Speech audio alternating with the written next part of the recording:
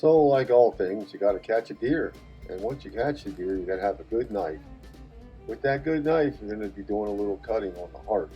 Now, heart's not the easiest thing to cut up because along the top of the heart, there's some aorta veins and stuff and some grisly stuff that you just got to get away from that good meat that's in there.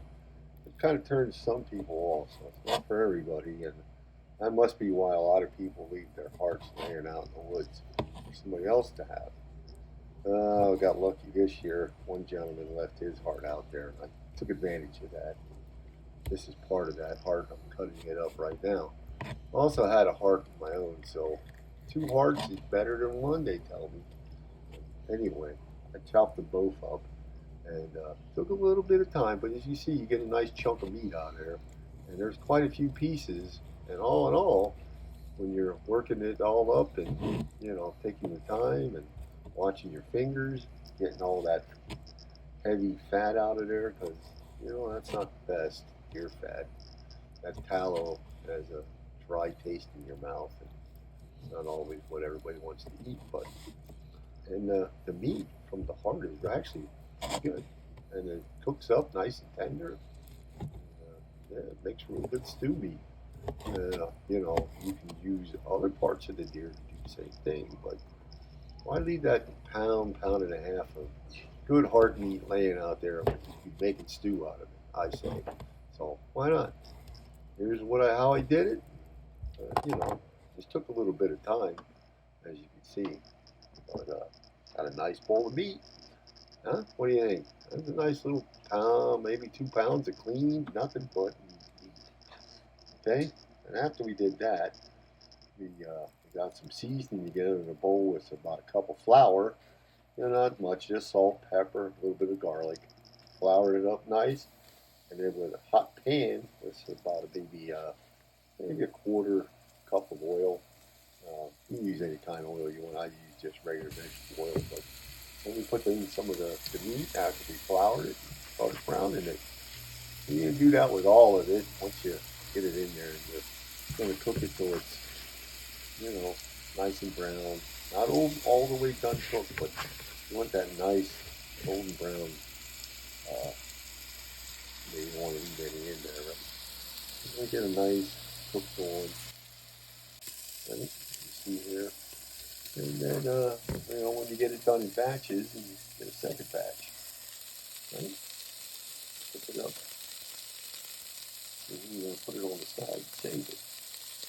Now, we also added in there some vegetables. Now, if you look here, I got a carrot, some onions, celery, a kohlrabi, and some potatoes that I'm putting in mine. I also was lucky enough to put some mushrooms in there, but that's more of that later.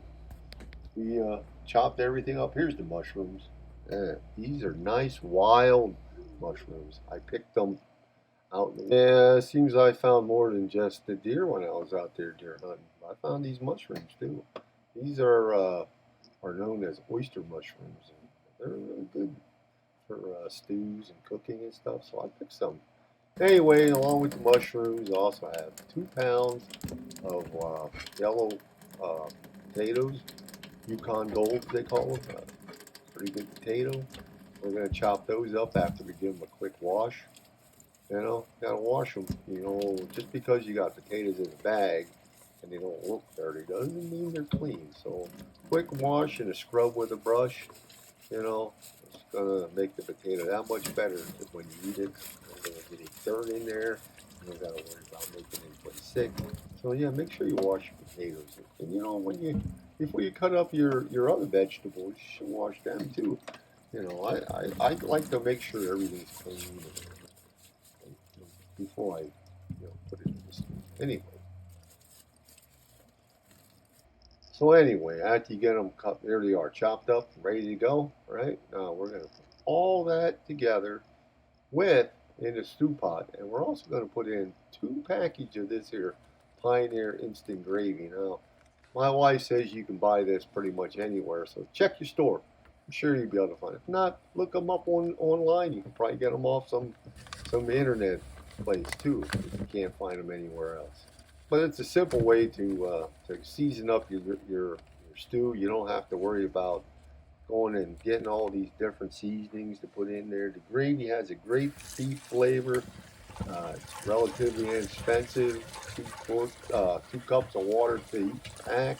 You put it in there, and you can't see the lines, but there are lines in there. So I'm only putting in 2 cups per, so about 4 cups of water. So I'm putting in there. Anyway, we're going to put the water in on top of the vegetables then, and we're going to get everything cooking in the crock pot or whatever. It's going to be a slow cook, but here's the crock pot. We're going to put everything in there. Potatoes, meat, right? All the vegetables, right? Goes the meat now. Look at that, nice and browned up. Yeah. Okay, it's not cooked all the way. That's why you see a little blood there, but it'll get cooked. Put that juice in there, that gravy mix, and that's our flavor. Really help flavor that up. And then if you feel you need to, you can put some other seasonings in there to your taste, but all that gravy got mixed up. I'll put a little bit more water in. Put a little water in there yet. Add to it. Get that all in there. There we go.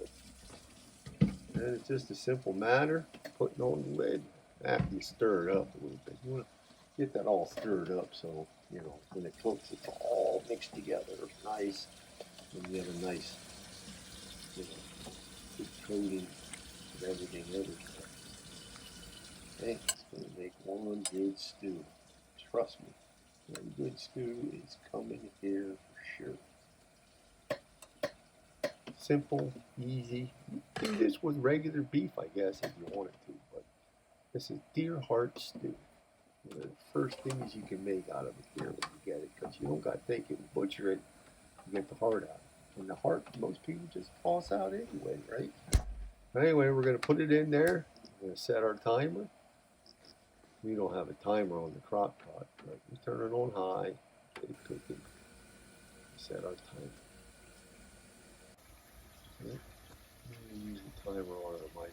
We had a timer so you can set without actually cooking.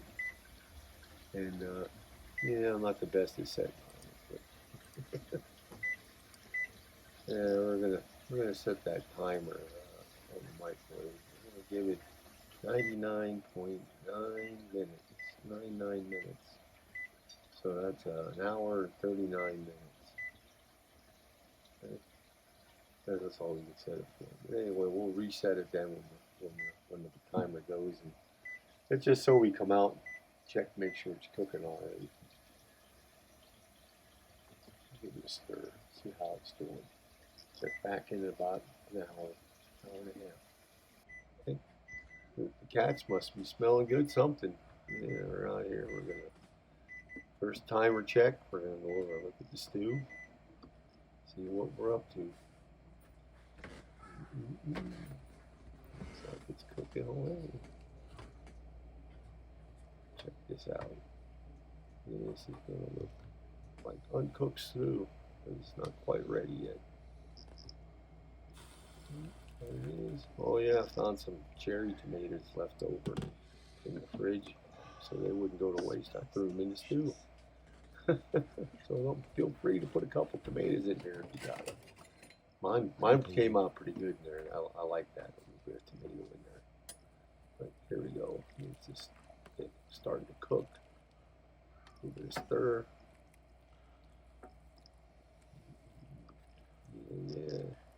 Now with the power of the internet, and time lapse, and all the other good stuff. It's not quite done. So I have to set the timer on this again. Be a bit yet. But we're getting there. Pretty simple so far. Here we go. You can see it's boiling away in there.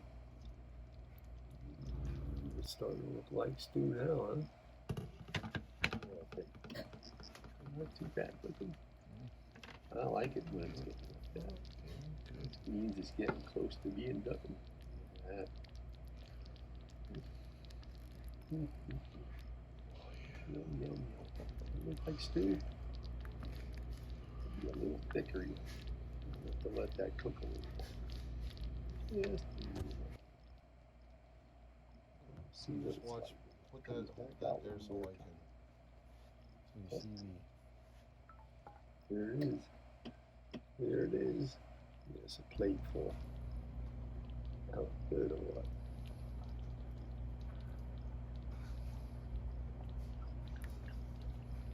Stew.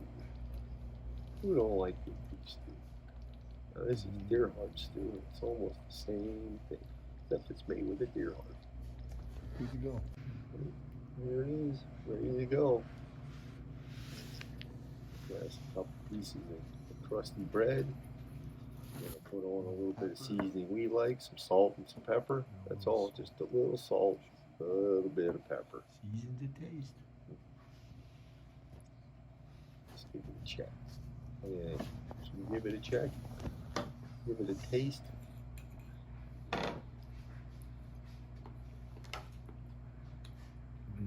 That's so good. Pretty good.